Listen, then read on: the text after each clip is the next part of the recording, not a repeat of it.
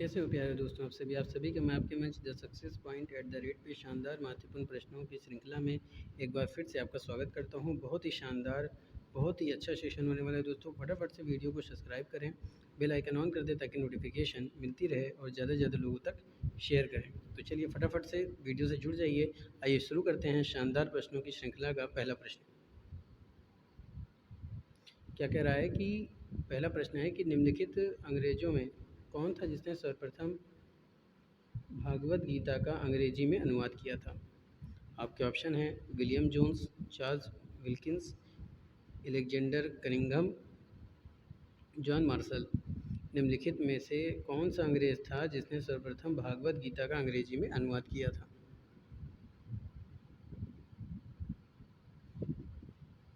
बताइए दोस्तों, ये भगवत गीता होगा। निम्नलिखित में से कौन था जिसने सर्वप्रथम भगवत गीता का अंग्रेजी में अनुवाद किया था। तो ये थे चार्ल्स विल्किंस। कौन था प्यारे दोस्तों? Charles Wilkins.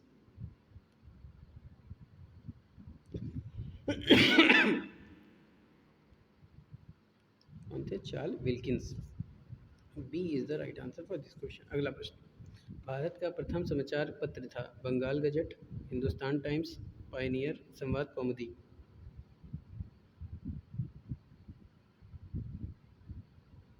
तो दोस्तों, भारत का प्रथम समाचार पत्र कौन सा था? बंगाल गजट। तो A is the right answer for this question. इसका प्रकाशन कब किया गया था? तो 1780 में किया गया था। चलिए आगे चलते हैं। अगला प्रश्न क्या कह रहा है कि निम्नलिखित में से किसने सर्वप्रथम प्रेस सेंसरशिप लागू किया था। Wellesley, Hastings, John Adams, Dalhousie. Press censorship लागू किया था। तो दोस्तों, प्रेस सेंसरशिप लागू करने वाला जो वायसराय था वो कौन था? विलेजली। तो आपके ऑप्शन क्या हो जाएंगे? ए। तो A is the right answer for this question. अगला प्रश्न। निम्नलिखित में से किसने वर्नाकुलर प्रेस एक्ट का परिवर्तन किया। तो ऑप्शन है Lord Lytton, Lord Ripon, Lord Curzon, Lord Hastings.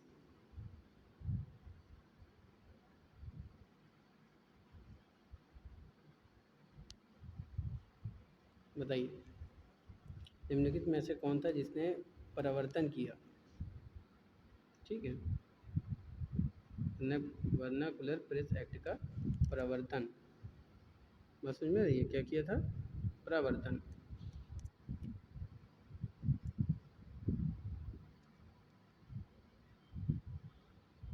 प्रवर्तन।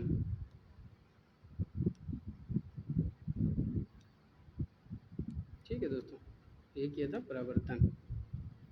चलिए, तो किसने परिवर्तन किया था? तो ये किया था लॉर्ड रिपन ने। तो आपके ऑप्शन क्या हो जाएंगे? B. B is the right answer for this question. अगला प्रश्न। अमृत बाजार पत्रिका की स्थापना किसने की थी? Girish Chandra Ghosh, Harish Chandra Mukherjee, S N Banerjee, Shishir Kumar Ghosh. अमृत बाजार पत्रिका की स्थापना किसने की थी? तो दोस्तों, अमृत बाजार पत्रिका की स्थापना की थी शिशिर कुमार घोष ने। तो आपके ऑप्शन क्या हो जाएंगे? डी। टू D is the right answer for this question. अगला प्रश्न। निम्नलिखित को सुमेलित कीजिए। एक तरफ भारत मित्र दिया हुआ है, यानी एक तरफ आपके समाचार पत्र दिए हैं और वो किस भाषा में था ये दिया गया है। तो भारत मित्र की बात करें दोस्तों तो ये हिंदी था। राष्ट्रगान की बात करें तो ये मराठी था। प्रज्ञा मित्र गुजराती भाषा में छपता था। नायक जो है दोस्तों वो बंगाली भाषा में था। तो आपके ऑप्शन क्या हो जाएंगे? 3, 4, 2, 1। क्या हो जाएंगे? 3, 4, 2, 1। आइए देखते हैं ये कहाँ पे दिया हुआ है। तो ये दिया हुआ है आपका सी ऑप्शन पे। तो C is the right answer for this question. अगला प्रश्न। अंग्रेजी पत्र इंडिपेंडेंट जुड़ा था महात्मा गांधी, सी आर दास, जवाहरलाल नेहरू, मोतीलाल नेहरू। यानी कि अंग्रेजी पत्र इंडिपेंडेंट से कौन जुड़ा था? Mahatma Gandhi, C R Das, Jawaharlal Nehru, Motilal Nehru.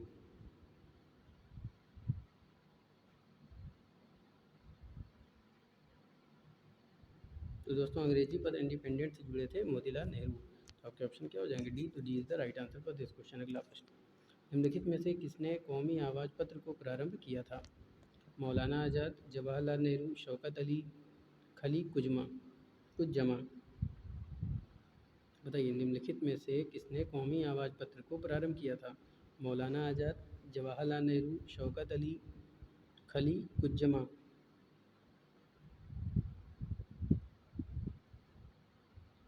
तो कौमी आवाज़ पत्र को आरंभ किया था जवाहरलाल नेहरू ने। तो आपके ऑप्शन क्या हो जाएंगे? बी। तो B is the right answer for this question. अगला प्रश्न, एक साप्ताहिक के रूप में यंग इंडिया का शुभारंभ किया था? होम रूल पार्टी ने, उग्रवादी पार्टी, गदर पार्टी, स्वराज पार्टी ने।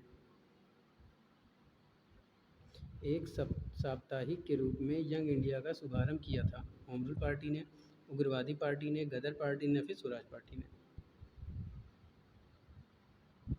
तो दोस्तों एक साप्ताहिक के रूप में यंग इंडिया का शुभारंभ किया था होम रूल पार्टी ने। तो आपके ऑप्शन क्या हो जाएंगे? ए। तो A is the right answer for this question. अगला प्रश्न, किस गवर्नर जनरल के समय भारतीय प्रसार अधिनियम समाप्त किया गया?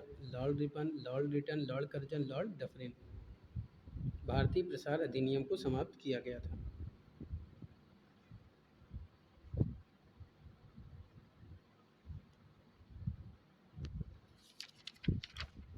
किस गवर्नर जनरल के समय भारतीय प्रसार अधिनियम को समाप्त किया गया था?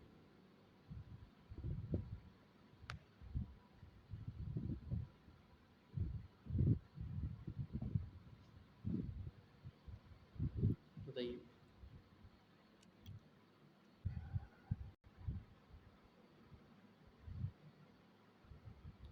किस गवर्नर जनरल के समय भारतीय प्रसार अधिनियम समाप्त किया गया? According to study 91। तो ये किया गया था दोस्तों, किस गवर्नर जनरल के समय भारतीय प्रसार अधिनियम समाप्त किया गया था? तो ये किया गया था लॉर्ड रिपन के समय में। तो A is the right answer for this question. और कब? तो ये हुआ था 1882 में। चलिए आगे चलते हैं। बंगाल गजट किस वर्ष प्रकाशित किया गया? 1780, 1781, 1789, 1815। तो दोस्तों बंगाल गजट 1780 में प्रकाशित किया गया था। तो A is the right answer for this question. अगले प्रश्न की तरफ बढ़ने से पहले गुजारिश है कि आप इस वीडियो को ज़्यादा से ज़्यादा शेयर करें, ज़्यादा से ज़्यादा लोगों को जोड़ने का प्रयास करें। अगर अभी तक आपने चैनल पे नए विजिटर हैं और अगर अभी तक आपने चैनल को सब्सक्राइब नहीं किया तो सब्सक्राइब कर दें, बेल आइकन ऑन कर दें ताकि नोटिफिकेशन मिलती रहे। चलिए शुरू करते हैं। भारतीय इतिहास के संदर्भ में द्वैध शासन सिद्धांत किसे निर्देश करता है? केंद्रीय विधानमंडल का दो सदनों में विभाजन, दो सरकारें अर्थात केंद्रीय और राज्य सरकारों का शुरू किया जाना, दो शासक समुच्चय, एक लंदन में और दूसरा दिल्ली में होना, प्रांतों को प्रत्योजित विषयों का दो वर्गों में विभाजन। भारतीय इतिहास के संदर्भ में द्वैध शासन सिद्धांत किसे निर्देशित करता है? बात समझ आ रही है दोस्तों? किसे निर्देशित करता है? जल्दी से आंसर दीजिए। किसे निर्देशित करता है?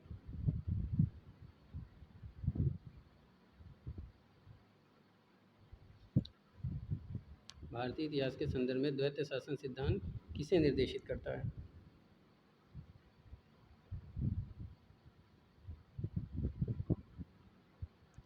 बताइए। तो ये निर्देशित करता है प्रांतों को प्रत्योजित विषयों का दो प्रवर्गों में विभाजित।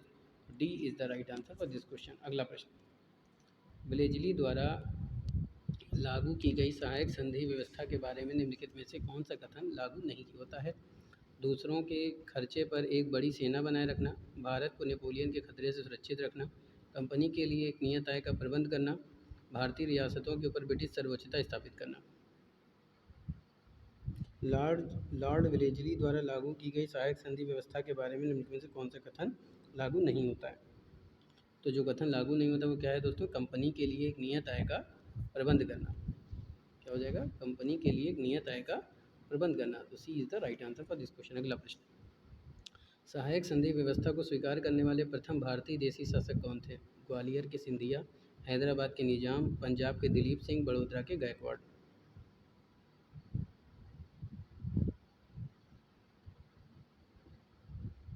सहायक संधि व्यवस्था को स्वीकार करने वाले प्रथम भारतीय देशी शासक कौन थे?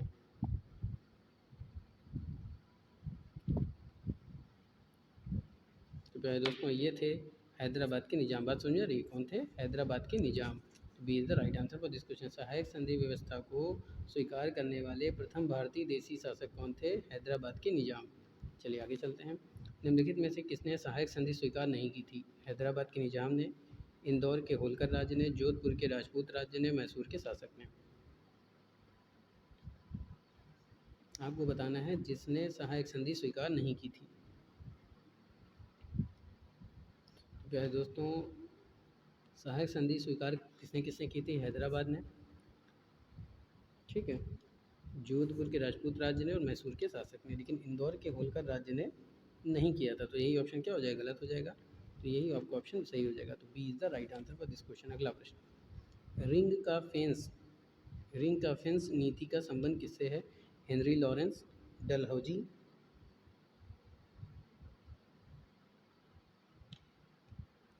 वारेन हेस्टिंग्स और लॉर्ड क्लाइव। रिंग का फेंस, समझ में आ रही है दोस्तों? बताइए, Henry Lawrence, Dalhousie, Warren Hastings, Lord Clive. Ring का फेंस नीति का संबंध किससे है?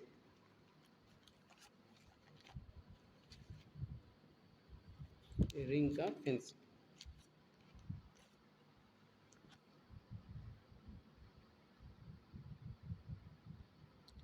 रिंग का फेंस नीति का संबंध किससे है?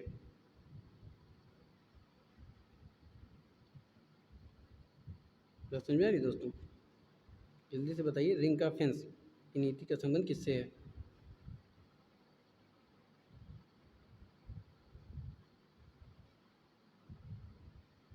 तो ये संबंधित है वारेन हेस्टिंग से। किससे संबंधित है मेरे दोस्तों? वारेन हेस्टिंग से। तो C is the right answer for this question. अगला प्रश्न, वर्नाकुलर प्रेस एक्ट कब पारित किया गया? 1776, 1877, 1878, 1880। वर्नाकुलर प्रेस एक्ट कब पारित किया गया? तो दोस्तों, वर्नाकुलर प्रेस एक्ट जो पारित किया गया था वो 1878 में किया गया था। तो C is the right answer for this question. अगर इसकी बात करें तो प्रेस एक्ट समाचार पत्रों को प्रतिबंधित करने के लिए बनाए गए अधिनियमों में सबसे अधिक खतरनाक था। इस अधिनियम के अधीन सोम प्रकाश, भारत मिहिर, ढाका प्रकाश, सहचर तथा अन्य अनेक समाचार पत्रों के विरुद्ध कार्रवाई की गई। और इस एक्ट को रद्द किसने किया था? तो लॉर्ड रिपन ने। कब रद्द किया था? 1882 में रद्द किया था। किसने किया था? रिपन ने। चलिए, प्रेस इंक्वायरी कमेटी की स्थापना कब की गई थी? 1947, 1932, 1910, 1931। तो प्रेस इंक्वायरी कमेटी की स्थापना कब की गई थी? तो प्रेस इंक्वायरी कमेटी की स्थापना की गई थी 1947 में। तो A is the right answer for this question. और इसका जो उद्देश्य था वो समाचार पत्रों से संबंधित कानूनों की समीक्षा का सुझाव पेश करना था। अगले प्रश्न की तरफ चलते हैं। न्यूज़पेपर एक्ट किसके द्वारा पारित किया गया? Lord Curzon, Lord Wellesley, Lord Dalhousie, Warren Hastings. Newspaper act किसके द्वारा पारित किया गया? तो दोस्तों, न्यूज़पेपर एक्ट जो पारित किया गया था वो लॉर्ड कर्जन के द्वारा किया गया था। तो A is the right answer for this question. और कब किया गया था? तो 1908 में। ये भी याद रखिएगा। अगला प्रश्न, इंडियन प्रेस इमरजेंसी एक्ट कब पारित किया गया? 1931, 1932, 1943, 1947।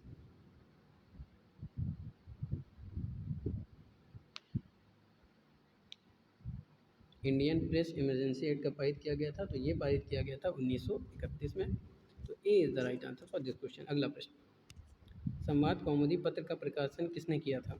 राजा राम मोहन राय, मदन मोहन मालवीय, जवाहरलाल नेहरू, ईश्वरचंद विद्यासागर।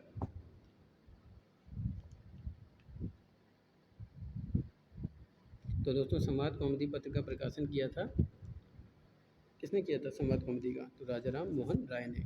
तो A is the right answer for this question. अब ये बताइए कमेंट में कि कब किया था? तो संवाद कौमुदी का प्रकाशन हुआ था प्यारे दोस्तों 1821 में। चलिए, टाइम्स ऑफ इंडिया नामक पत्रिका का प्रकाशन कब हुआ था? टाइम्स ऑफ इंडिया का प्रकाशन कब? 1861, 1865, 1870, 1876।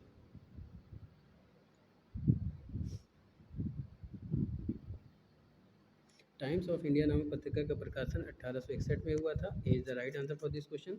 अगर इसके बारे में और जानकारी की बात करें तो ये अंग्रेज़ों द्वारा संपादित समाचार पत्र था भारत में।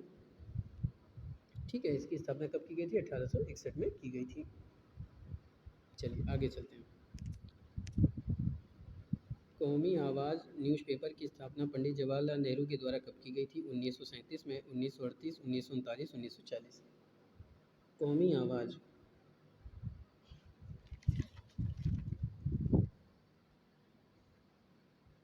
बताइए दोस्तों। कौमी आवाज़ न्यूज़पेपर की स्थापना पंडित जवाहरलाल नेहरू के द्वारा कब की गई थी?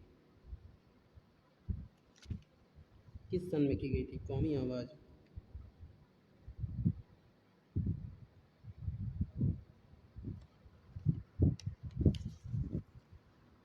1937, 1938, 1939 या फिर 1940 में?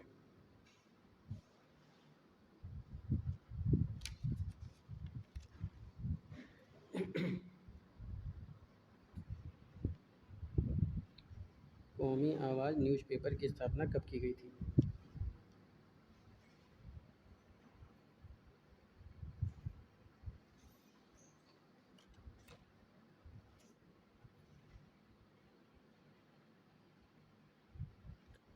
कौमी आवाज़ न्यूज़पेपर की स्थापना कब की गई थी? तो ये की गई थी 1937 में। तो A is the right answer for this question. किसके द्वारा की गई थी? पंडित जवाहरलाल नेहरू के द्वारा। ये दो प्रश्न आपके बन सकते हैं। अगला प्रश्न क्या है कि मिरातुल अखबार किस भाषा में प्रकाशित किया गया? हिंदी, बंगाली, फ़ारसी, उर्दू। मिरातुल अखबार, तो मिरातुल अखबार फ़ारसी भाषा का समाचार पत्र था। तो C is the right answer for this question. अगला प्रश्न, liberation of the Indian press अधिनियम लागू किया गया 1824, 1835, 1836 या फिर 1840। Liberation of the Indian press अधिनियम लागू किया गया। Liberation of the Indian press अधिनियम लागू किया गया था। तो ये कब लागू किया गया था?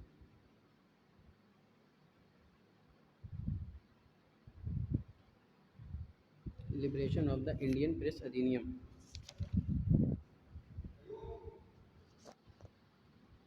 ऑफ द इंडियन प्रेस अधिनियम लागू किया गया था 1835 में।